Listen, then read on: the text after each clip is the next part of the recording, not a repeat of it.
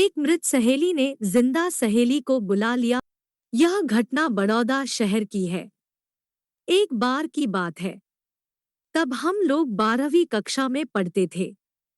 मेरा नाम ममता और मेरी खास सहेलियां भी थी, जिनका नाम रीता और सुनीता था। दोनों एक दूसरे के साथ हमेशा खुश रहती। एक दिन की बात है, जब रीता की शादी तय हो गई। सभी सहेलियों को बोला कि तुम सब मेरी शादी में जरूर आना। हमें आज भी याद है कि रीता की हल्दी मेहंदी हो गई थी और सोमवार को उसकी बारात आने वाली थी। तब हम लोग मिलकर रीता की शादी में उसके घर गए थे और उसकी पक्की सहेली सुनीता भी आई थी। रीता सजी सवरी बैठी थी। उसको तो बारात आने का ही इंतजार था, और होता भी क्यों नहीं भाई, उसका तो राजकुमार घोड़े पर चढ़कर आने वाला था और खुशी का माहौल था। हम लोग भी नाच गा रहे थे और रीता के साथ हंसी मजाक भी कर रहे थे। आखिर वह घड़ी आ ही गई। रीता शादी करके सुबह अपने ससुराल जाने वाली थी। हम लोग तो रात को दूल्हा देखा, खाना खाया और अपने अपने घर चले गए। लेकिन सुनीता अपने घर जा रही थी, तभी उसके साथ बहुत बड़ा हादसा हो गया। वह गाड़ी से टकराई और उसका का सिर फट गया और उसकी वहीं पर मृत्यु हो गई। 4 से 5 महीना बीतने के बाद जब रीता ने सुनीता को फोन किया तो उसके हाथ पांव सुन पड़ गए, क्योंकि वह फोन सुनीता ने नहीं बल्कि उसकी मां ने उठाया था और वह सारी बातें रीता को बता दी। तब मानो रीता के पांव से जमीन ही खिसक गई। वह जोर जोर से रोने लगी और यह बात अपने ससुराल में सबको बता दी। 2 से 3 साल बीतने के बाद रीता को सुनीता रात में दिखाई देने लगी और बोलने लगी, सहेली मेरे पास आ जाओ, अकेले नहीं रहा जाता। और रीता डर गई।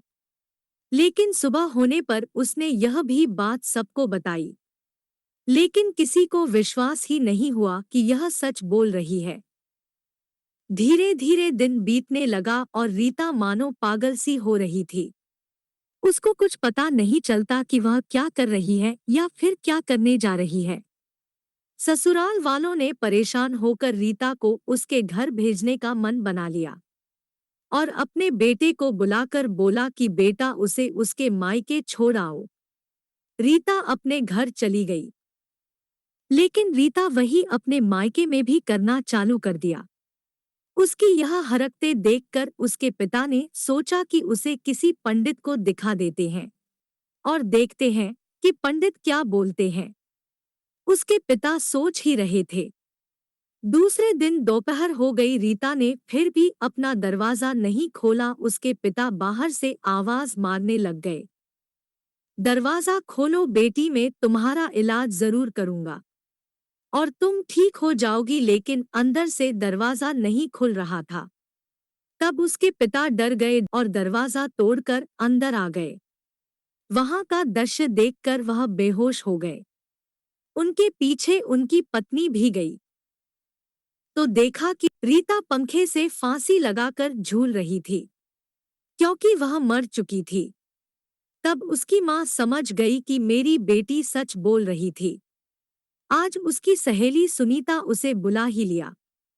आखिर सुनीता मेरी बेटी को लेकर चली ही गई। तो दोस्तों, ये थी हमारी आज की कहानी। आपको पसंद आई हो तो कमेंट करके हमें जरूर बताएं।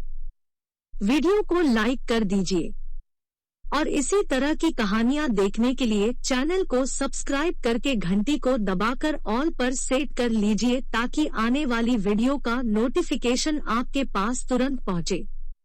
दोस्तों, मिलती हूँ आपसे अगली वीडियो में। तब तक के लिए धन्यवाद।